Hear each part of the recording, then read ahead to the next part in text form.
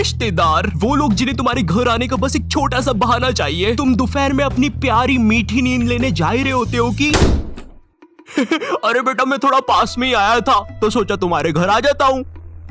पर मैं तो जंगलों में रहता हूँ, जंगलों में क्या करने आए थे? कहीं मेरा घर तो जलाने नहीं आए थे, जैसे तुमने मेरा फ्यूचर जलाया मेरे घर वालों को मुझे इंजीनियरिंग करवाने का बोल के। रिश्तेदारों के पास ना एक बहुत भयानक शक्ति है, ये तुम्हारे मम्मी पापा का दिमाग चेंज कर सकते हैं। बच्चा बोल रहा था कि क्रिकेटर बनना है, तो हमने सोचा चलो क्रिकेट एकेडमी ज्वाइन करवा देते हैं। क्रिकेट एकेडमी ज्वाइन करवा देते हैं। भाई साहब आपको क्या बच्चे ने बल्ला मारा है क्या सर पे? नहीं तो जरा अपना दिमाग लगाइए, ये क्रिकेट विकेट में कुछ नहीं रखा। वो अपने विकास जी की लड़की बोल रही थी सिंगर बनूंगी, कुछ हुआ नहीं तो अब नुक्कड़ नाटक में पेड़ बनती है। मैं हूँ एक जादुई पेड़।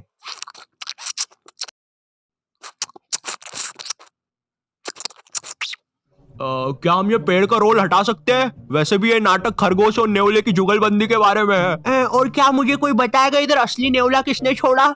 अब हमारी फैमिली में एक रिश्तेदार ऐसा होता ही है जिसे ना बहुत जोर से ज्ञान देने की आदत होती है। इसे लगता है कि पूरे ब्रह्मांड का ज्ञान ना इसके पास ही है और इनका मन पसंदीदा काम होता है लोगों को एडवाइस देना। तुमने 10th पास करी, अब सब्जेक्ट कौन सा लेना है वो ये बताएंगे। तुमने कॉलेज पास करा, अब नौकरी कौन सी करनी है वो ये बताएंगे। फैमिली में कोई बीमार है, उसका इलाज ये बताएंगे। फैमिली में कोई मर गया, इलाज इनने बताया था, पकड़ो। अब करियर चुनते समय भी ना ये लोग अपनी टांग बहुत अच्छे से अड़ाएंगे। पापा मुझे गेम बनाने वाला बनना है। अरे बेटा जिंदगी एक पूरा गेम ही तो है। भाई साहब आप इसको बनाओ डॉक्टर, बहुत स्कोप है, मतलब इसकी माँ का मुंह में रजनीगंधा और कदमों में दुनिया। नहीं पापा डॉक्टर तो नहीं पापा, इतनी पढ़ाई से तो मजदूर बन जाऊंगा मैं, लेकिन डॉक्टर तो। मुंह में रजनीगंधा कदमों में दुनिया, क्या बात कहे आप? नहीं भाई साहब हाँ, मुंह में रजनीगंधा कदमों में दुनिया। इस वीडियो की स्क्रिप्ट लिखने वाले को तो चप्पलों से मार देना चाहिए। तुम्हें पता है रिश्तेदारों की नजर ना अपने बच्चे से ज्यादा दूसरे के बच्चे पे होती है। कल को अगर कोई कांड भी कर दोगे ना तो एक बार को पुलिस को नहीं पता चलेगा, लेकिन इन्हें जरूर पता चलेगा। अरे ऑफिसर मेरी दादी झूठ बोल रही है, मैंने उनकी 32 से पेट नहीं खुजाई। मिस्टर आयु यू आर अंडर अरेस्ट। लेकिन आपके पास तो मेरे खिलाफ कोई सबूत ही नहीं था। हाँ सबूत नहीं था, लेकिन अब है, मिलो तुम्हारे फूफे से। इनने बिजली के खंबे पे चढ़ के तुम्हारी क्राइम करते हुए फोटोज खींची है। हालांकि वो बात अलग है, खंबे से नीचे उतरते समय इनकी पैंट के साथ चड्डी भी फट गई, लेकिन उसका टेंशन तुम मत लो। पैंट और चड्डी दोनों सही सलामत दर्जी के पास पहुंच चुकी है, वो सुबह तक रफू करके दे देगा। शाम तक। और ये रही तुम्हारी फोटो। गिरफ्तार कर लीजिए मुझे। अब जब भी रिश्तेदार तुम्हारे घर आते हैं तुम्हारे मम्मी पापा तुम्हें उनसे बातचीत करने के लिए बोलते हैं और तुम्हें नहीं पता होता क्या बात करनी है। इतनी अजीब सिचुएशन बनती है ना उस समय। और बेटे कुछ नहीं अंकल, यूं ही।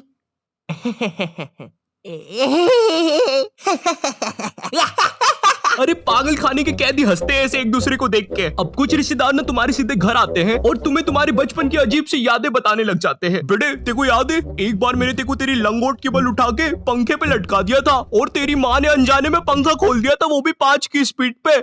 मरते मरते बचा था तू। उस समय तुम्हारे दिमाग में बस एक ही बात आ रही होती है, कौन है ये आदमी और बचपन में ये मुझे क्यों मारना चाहता था। बेटे याद है एक बार तू खुले में मूत रहा था तो तेको एक बंदर ने आके पकड़ लिया था। इतनी बेकार यादें बताएंगे तुम्हें बचपन की, और पता नहीं बटवे के कौन से कोने में इनके पास वो फोटो भी रखी होती है।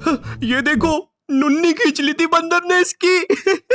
अब ये तो ना फिर भी ठीक है, तुम्हारे साथ कभी ऐसा हुआ है तुम आराम से एक चड्डी में बैठे हो और जेल जैसे कटोरे में दाल चावल खा रहे हो, ठंडी ठंडी हवा चल रही है और सब कुछ मस्त चल रहा है, लेकिन एकदम से तुम्हारे घर पे 10 रिश्तेदार आ जाते हैं।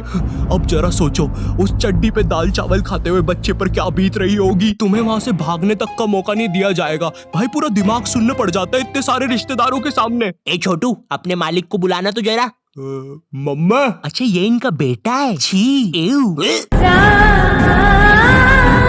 अब ये रिश्तेदार ने काफी अलग अलग प्रकार के आते हैं। जैसे फैमिली में कोई बहुत बूढ़ा दादाजी नहीं होता है जिसके दिल की जगह भी बैटरी लगी होती है, इसे परिवार वाले मरने ही नहीं देते। इन्हें कुछ हुआ फट से ऑपरेशन, भाई आधा रोबोट बना के रखा है दादाजी को। उधर दादाजी का 150वां जन्मदिन बनाया जा रहा है। हैप्पी बर्थडे दादाजी। वो दादाजी बेचारा अपनी बैटरी के दोनों वायर पकड़ के बोल रहा है, बेटा मार दो मुझे प्लीज, कोई मार दो। अब पीछे तुम्हारे पापा तुम्हें कोल्ड ड्रिंक उड़ाने से मना कर रहे हैं, क्योंकि अगर कोल्ड ड्रिंक का एक भी बूंद दादाजी की बैटरी पे गिरा तो तुम्हारा दादाजी टाइम टाइम बम की तरह फट जाएगा। खैर जो भी कह लो, रिश्तेदार हमारे घर से जाते समय अपनी पोटली से थोड़ा धन वो हमें भी दे के जाते हैं, भले ही वो 20 रुपए का लुल्ली नोट हो या 100 रुपए का करारा नोट हो। पर सवाल यहाँ पे ये नहीं है, सवाल ये है कि रिश्तेदारों के साथ इतनी मारामारी के बाद क्या वो 20 रुपए का लुल्ली नोट काफी था या नहीं, मुझे नहीं पता। मुझे बस एक चीज पता है, सब्सक्राइब करो। चाहे तो ये 20 रुपए का लुल्ली नोट ले लो, लेकिन सब्सक्राइब करो। मेरी आंखें तुम पे ही है, करो अभी। मेरे बच्चे के लिए कर दो यार। हे, क्या तुम्हारा बच्चा मेरे बच्चे से दोस्ती करेगा? चले जाओ यहाँ से तुम्हारा बदसूरत बच्चा लेके। वो जा रहा हूँ, मैं जा रहा हूँ, बस चला ही गया। ये मेरा सेकंड चैनल है और ये मेरा इंस्टाग्राम है, तो यहाँ पे भी फॉलो सब्सक्राइब कर देना। अब मुझे भी जाना है क्योंकि मेरे बच्चे का पेट खराब है और कर दी उल्टी।